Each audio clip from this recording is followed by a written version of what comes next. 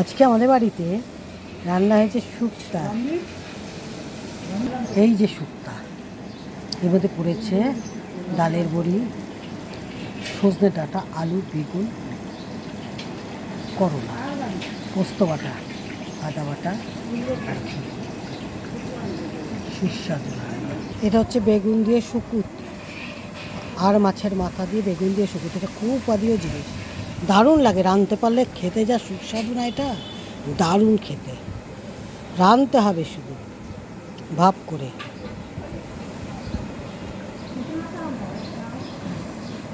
শুকুত প্রথমে বেগুনটাকে কেটে নিতে হবে, যেমন চচ্চড়ি বেগুন কাটে ওরকম করে কাটে।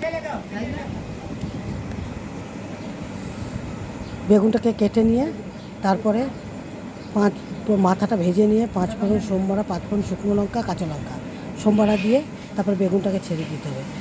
বেগুনটা একটু ভাজা ভাজা হলে হলুদ নুন দিয়ে আর একটু ভাজা ভাজা করে তারপরে ওর মধ্যে মাথাটা ছেড়ে দিতে হবে। মাথা দিয়ে তার মধ্যে একটু লঙ্কার গুঁড়ো, কাঁচা লঙ্কা আর দিয়ে ভালো করে নাড়াচাড়া করে বেশ নাড়ু নাড়ু মতো হবে। তারপরে ওইটাকে একটু আদা বাটা দিয়ে নামাতে হয়। খুব ভালো খেতে, খুব ভালো, দারুণ খেতে।